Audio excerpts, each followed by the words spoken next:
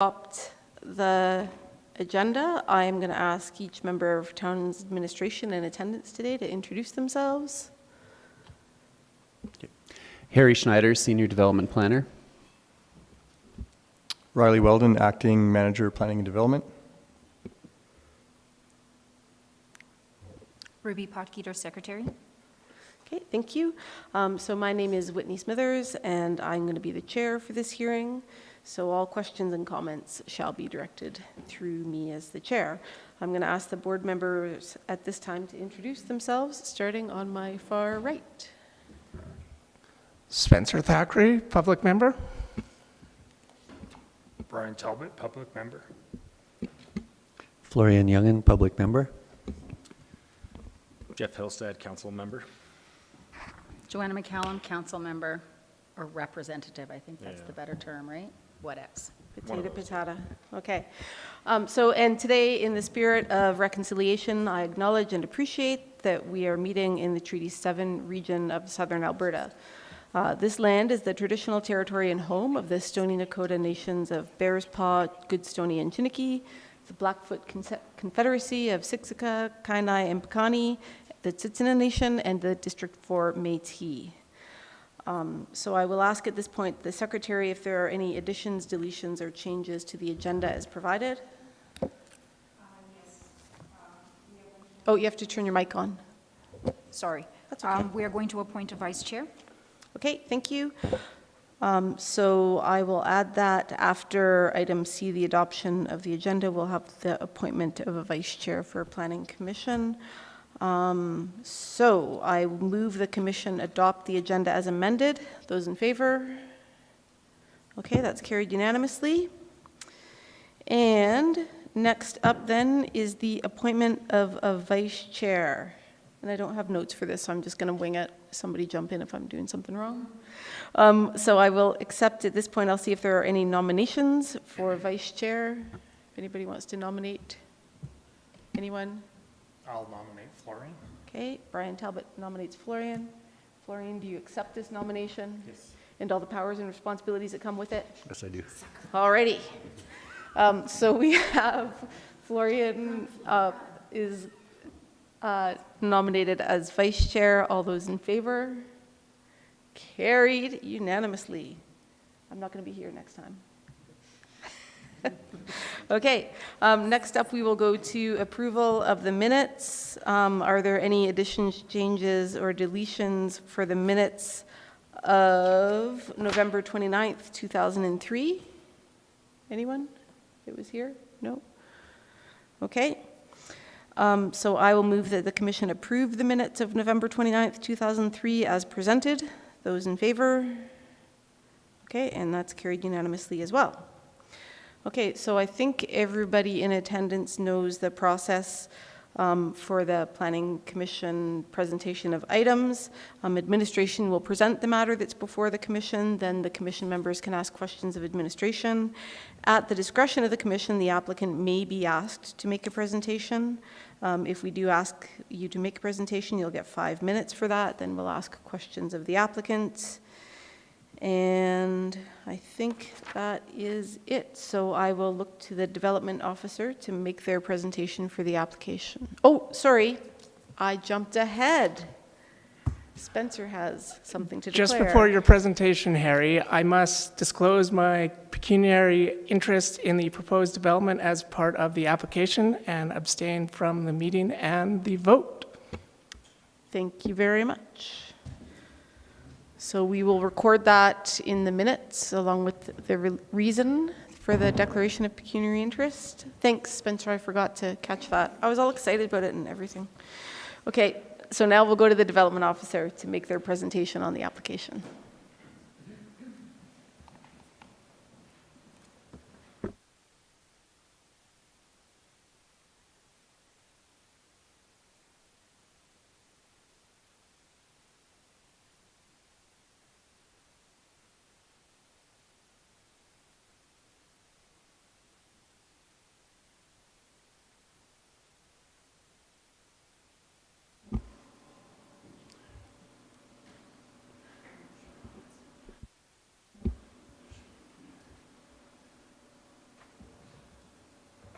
Oh.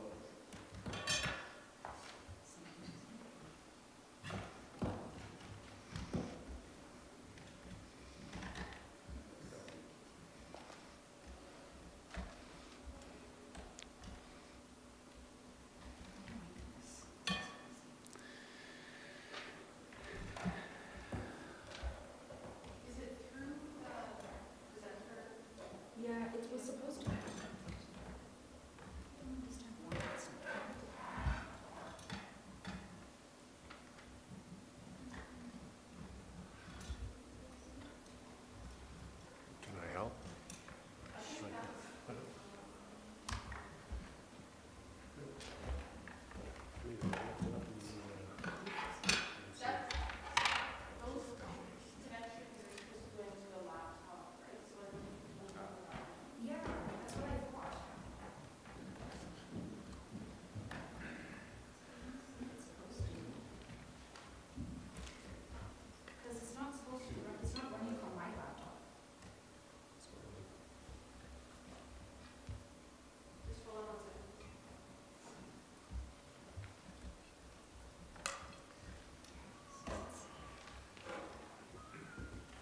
I'll try to hold it.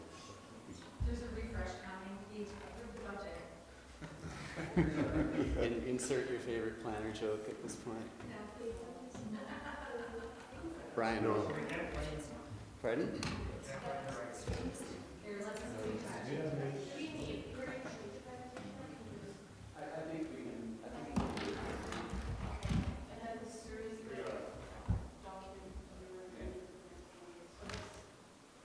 Yeah, let's just proceed without the Okay. PowerPoint. All right. My apologies, everyone. Okay. We'll send a note to IT.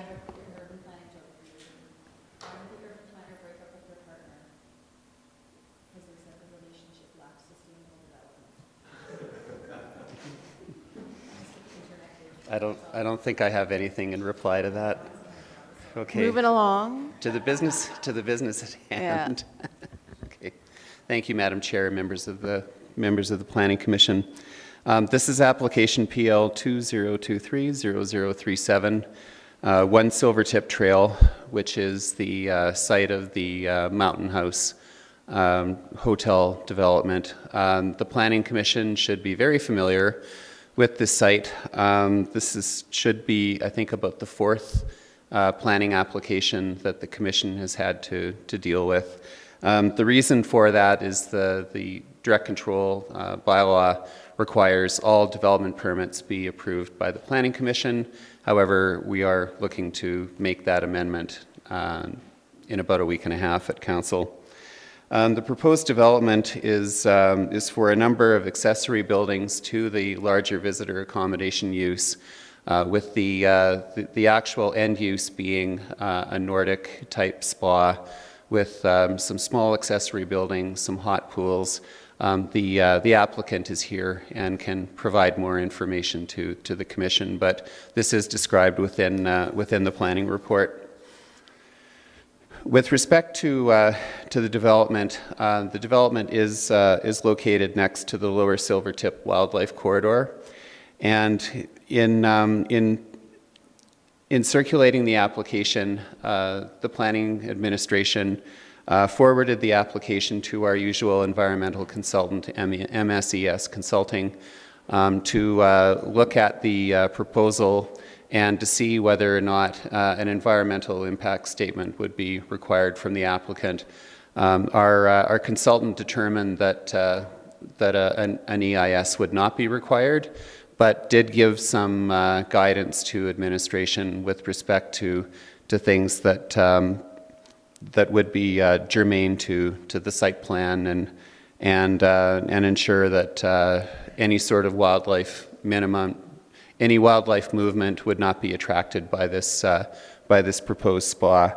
Hence, the requirement is recommended by MSES for a higher fence, which is the variance that the Commission is dealing with today as well.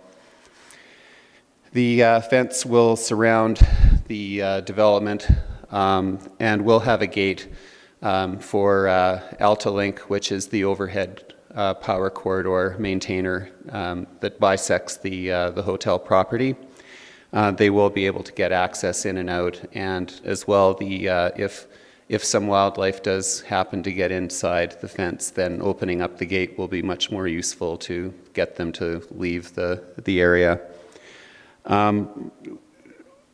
This has been reviewed by the applicant. They're fine with the higher fence.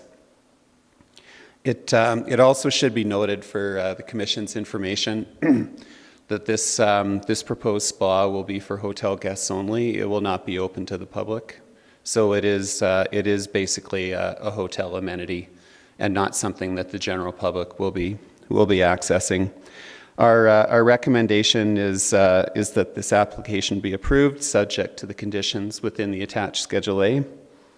And that basically concludes my presentation.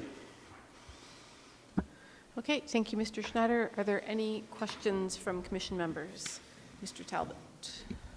Mr. Schneider, did I hear you correctly in that the increase in height of the fence is a recommendation of the environmental group? Yep. Okay. And this was this recommendation was also reviewed by the management committee that concerns itself with matters within the Lower Silvertip Wildlife Corridor area, and they concurred. Okay, I have a follow-up if you don't mind. If I look at the drawing, and I know nobody's got it up in this here, but I think everybody's got it. Everything is outlined in orange on the plan. Is that the extent or the boundary of the fence? I don't have Or the gates, or maybe assent. this is something for the applicant, so Okay. Yeah. we'll wait and do that. Okay. Any other questions for Mr. Schneider? I think I also have questions for the applicant. Yeah, okay. Okay, thank you. Okay. Thank you very much. So I will invite the applicant up as there are some questions. Do people want to, I guess we can go right to questions for the applicant, or do you want to have a brief? Yeah, okay. If the applicant could come up for a couple of questions. Mr. Talbot, we'll start with you. Mr. Sparrow, am I correct in my assumption that the orange on, and I'm looking at DP 1.02, is the fence? Yeah. Okay. Ruby, can you go to the presenter VGA on the? We're going to pull up the drawings to confirm. I believe the orange is intended to represent the scope boundary for the development Okay.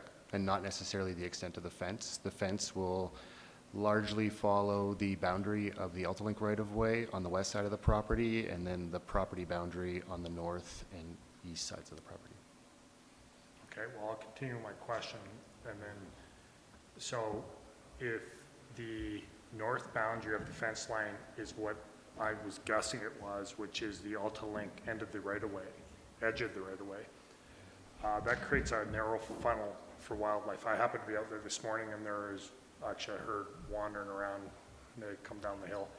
So my only concern or question had to do with what the environmental consultant said about blocking movement, if any. I'm not saying it happens, but I was waiting for these elk herd to come across the highway. And I know in a year or so they're looking to fence that, but was there any concern expressed by the environmental group regarding blocking any wildlife in that area with the fence? No, there was no concern raised by the consultant. Okay. Thank you. Mr. Youngden. I can tell from the drawings that there's been some care taken to address the adjacency to the cemetery. And so I just have some questions about that because I think it is such a sensitive adjacency. The only thing that really popped out or caught my eye was the chiller on the back side of that one building, the pool chiller. From what I understand, that would be something like a heat pump that makes a bit of noise. Correct. Can you address like what kind of decibel range? Like, I'm just wondering if maybe there could be some kind of like metal screen or wood screen or some kind of screen there just to block some of that noise. Do you know like what kind of decibel? We haven't gotten to the point in detailed design yet where we know exactly what that equipment is. I'm sure you can appreciate that spa mechanical systems and equipment are quite unique and highly specialized, and so we have ample amount of coordination required to confirm the final sizing and those levels. But you know, if it was the wish of the commission, we could add it to Schedule A and screen it accordingly.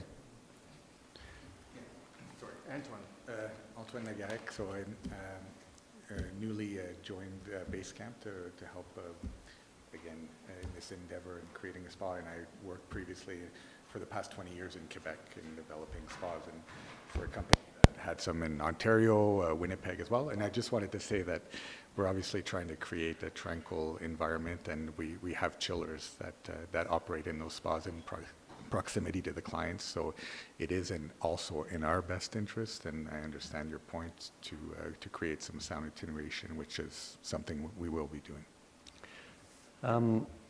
It looks like you're proposing a wood fence, like solid wood fence with minimal gaps at the perimeter of the property, is that right? Correct. Yeah, I mean, I'm just bringing this up because I think it's such a sensitive proximity, and you know, if you put up a DP notification sign somewhere around the hotel, I don't think that people who frequent the cemetery are necessarily going to notice it and bring this up. So I think it's kind of our responsibility to kind of have a second set of eyes on there, and that's the only thing. You know, it could be quite simple, just like even a concrete upstand or a wood upstand, or just something to shield that a little bit. Like, I noticed you've put it around the back of the building because you don't want it to disturb the guests. I just want to make sure that it's never going to disturb someone visiting the cemetery, right? Okay. We did, if I may, consult quite heavily with the cemetery as a part of preparing the development. The location of Building D on the site is a result of that, so that we could keep the spa elements kind of inward focused and not project sound out. We also have a cold plunge pool that has a waterfall element on that east side of the property to help create some white noise to, again, attenuate any noise that may trend in that direction. Lastly, the grading in that area has also been tempered so that those pool areas are lower than the grade at the cemetery boundary, and that, coupled with the inclusion of the 7-foot fence and some additional landscaping that was requested, we believe will mitigate any issues of acoustics. Okay, thank you. Are there any other questions of the applicant? No? All right. Are there any closing remarks from the development officer? Just I'll just go through on the planning report what MSES's 3 recommendations were. Provision of fencing, monitoring of wildlife access and movement between the spa, the cemetery, and Stewart Lane, engaging the Lower Silvertip Corridor Management Committee, and following up on that, the Corridor Management Committee's specific recommendations were review of wildlife attractants within the site. Fencing of 2-meter height should be installed with inclusion of gates to allow wildlife to exit, and that wildlife cameras were not required on site. Thank you. Okay, thank you for that. So I guess from there, I will move that Planning Commission approve PL 2023-0037, subject to the conditions of approval set out in Schedule A. And with that motion on the floor, I will ask if any commission members want to speak to the recommendation. No? All righty. So I will call for a vote then. So on the motion to approve PL 2023-0037, subject to the conditions of approval set out in Schedule A. All in favor? Okay, and that is approved unanimously. Harry, can you maybe go ask Spencer if he wants to come back in.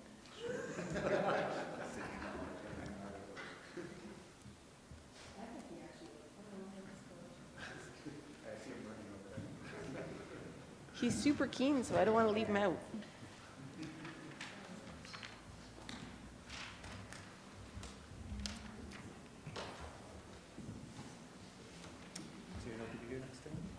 I was kidding. She's so dedicated. Like, is that why?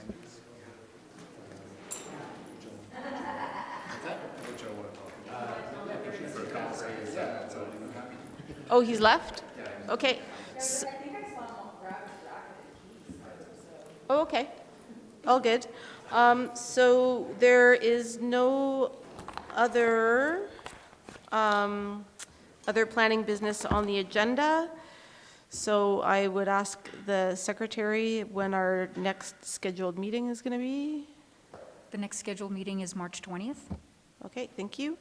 And now I'll move that the commission adjourn the February 21st meeting of the Canmore Planning Commission. Those in favor? And that is carried unanimously. Thank you, everyone, and sorry for the technical difficulties.